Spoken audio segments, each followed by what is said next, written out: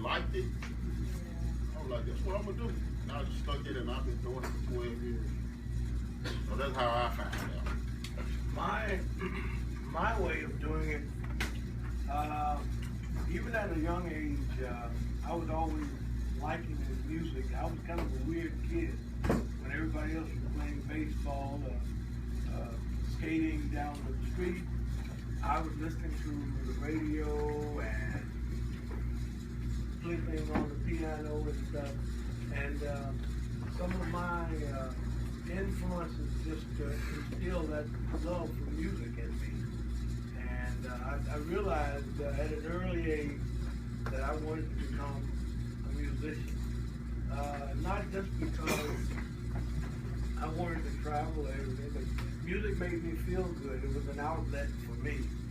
It gave me a way to express myself. If I was sad, I could sit at the piano, or I could write the lyrics or something down and express myself that way. So it's a good outlet for your emotions, and that's how I got into it. Well, for me, I was in the first grade, and my brother, who was about 7 years older, was in a band. And so I was listening to music as a small kid, listening to him play. But when I was in first grade, I remember this really, really well. I walked down the hallway and I saw the older brother of a classmate of mine. He was in third grade. And he had a pair of drumsticks in the back of his pocket. And I looked at that and I said, man, that's cool. I want to do that.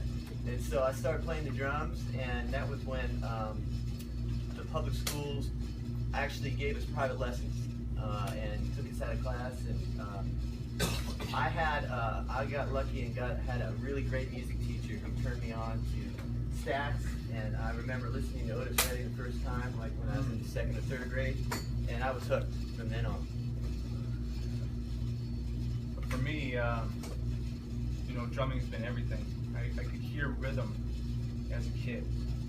When I was even 2 years old, I would stand up and I would conduct the classical music. I would hear rhythm in everything.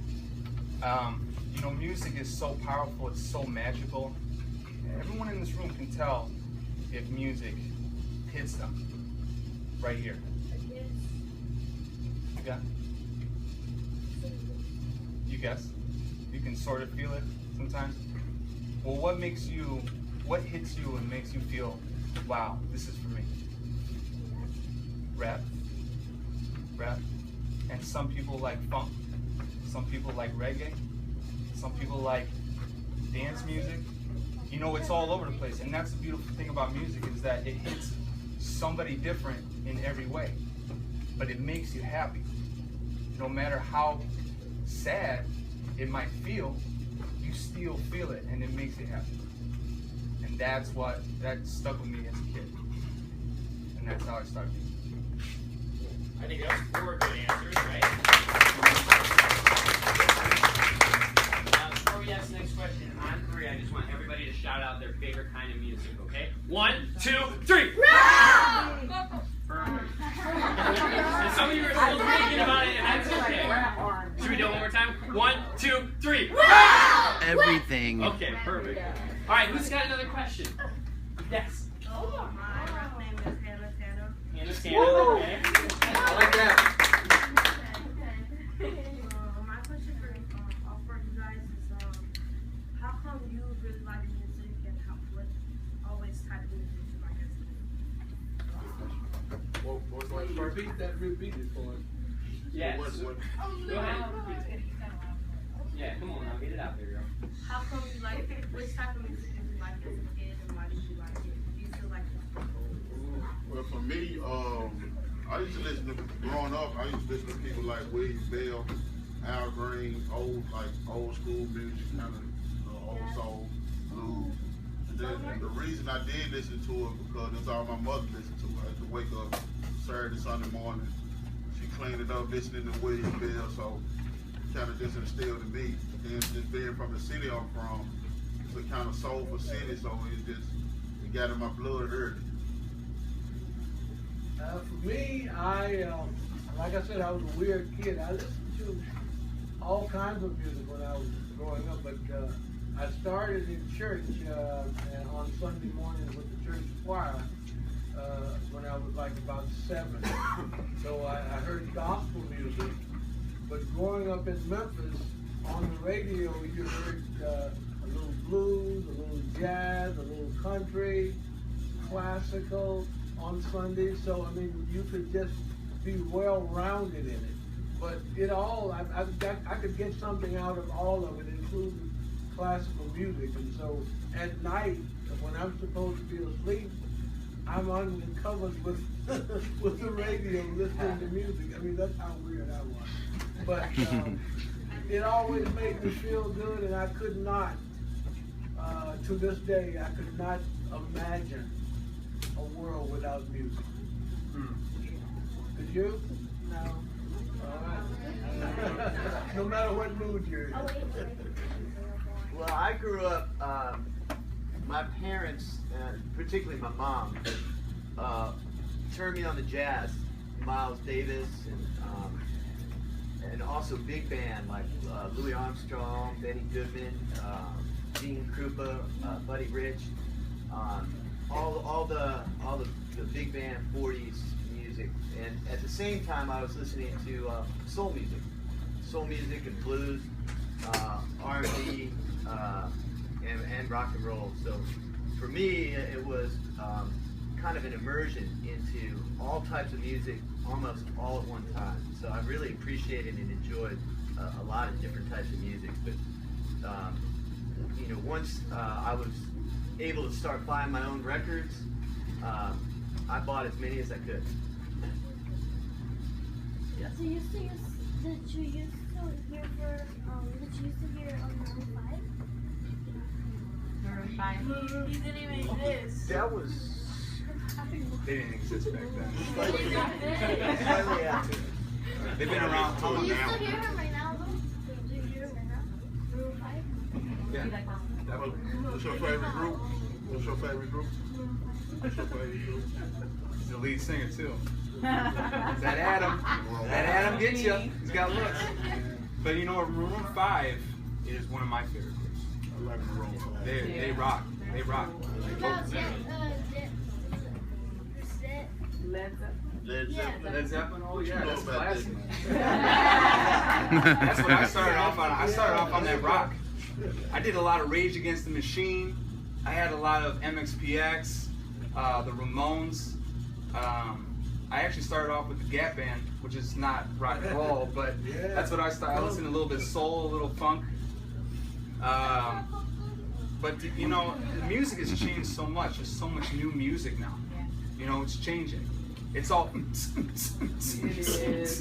you know, and I started off in classical and funk, and now I'm an EDM producer. So now I'm making dance music. So you never know where it's gonna go. So. What kind of artists have you been with, or rappers that are like noticeable in the year? Oh man, I've met them all. Probably anybody you can name. Probably Snoop Dogg. What's your favorite artist? What's your favorite rapper? I met him one time. Who'd you meet? Did you meet? I met 50 Cent. I met Chris Brown. I met him all. He's a good friend of mine. Who did you meet? YG? Who? YG? I did a show with him.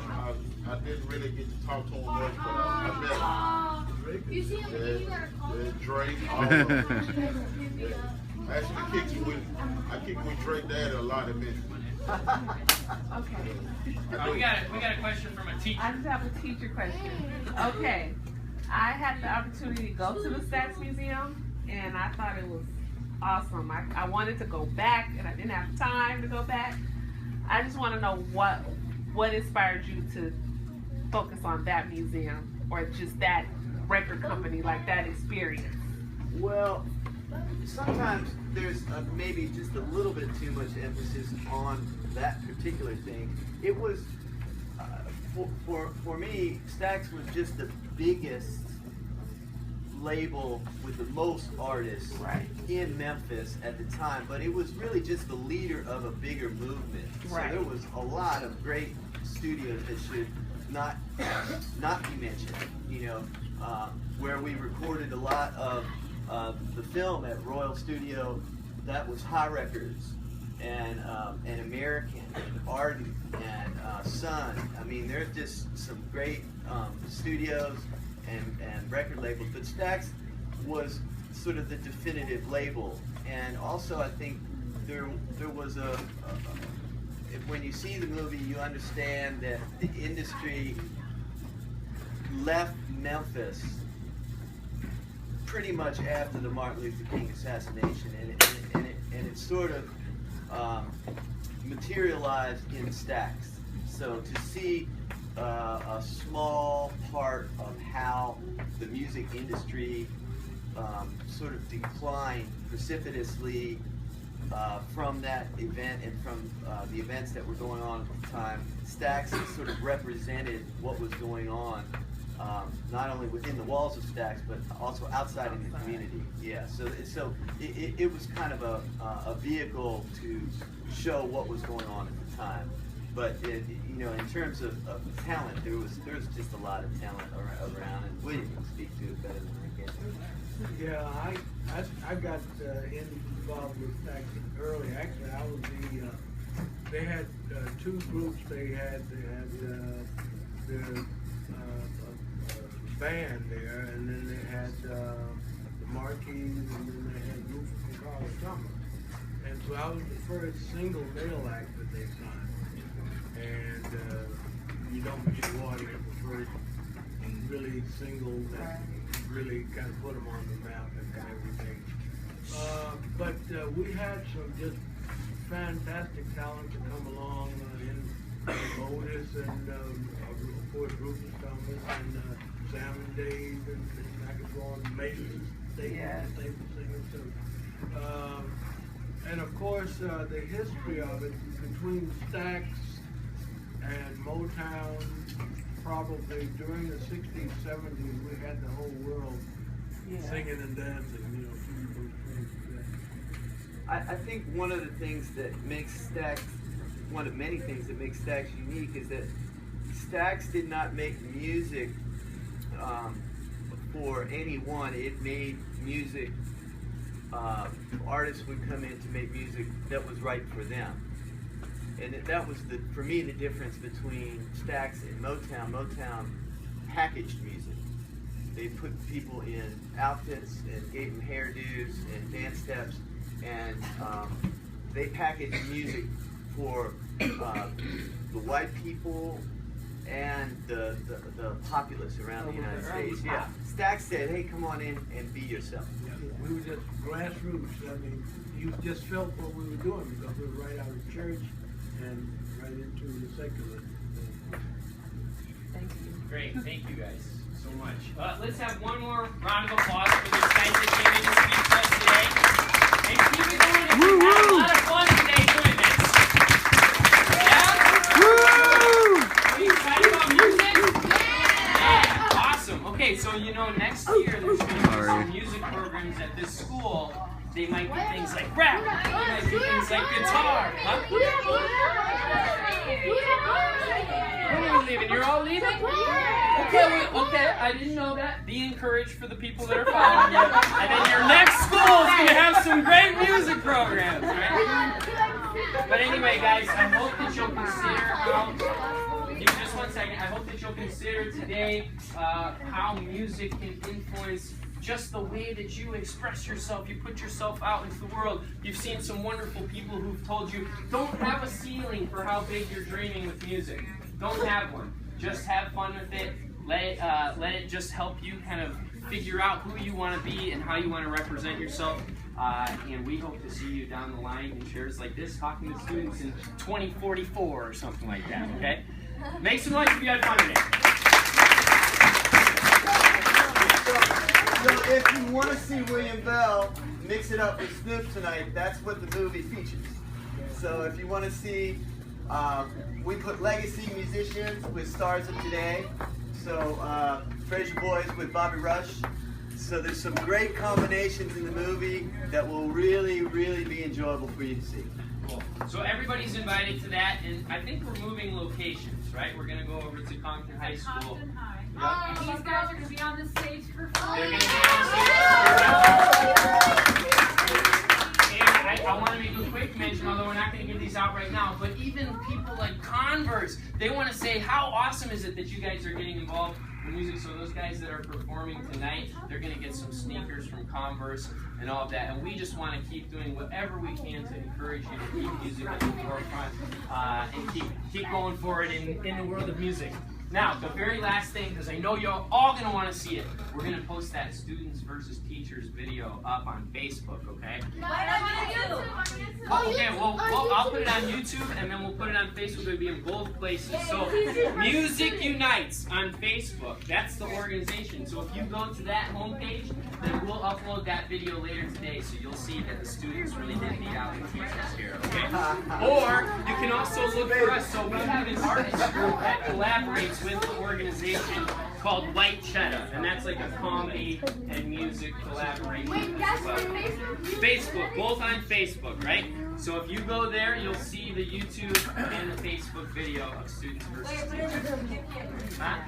I will. I totally will. Guys, thank you so much. I bet the bell's going to ring here shortly, and you were all awesome. One more round of applause.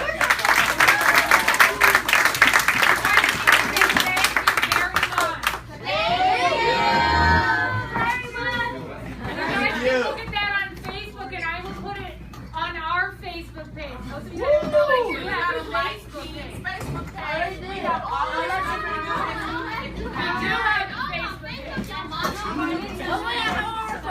Facebook page.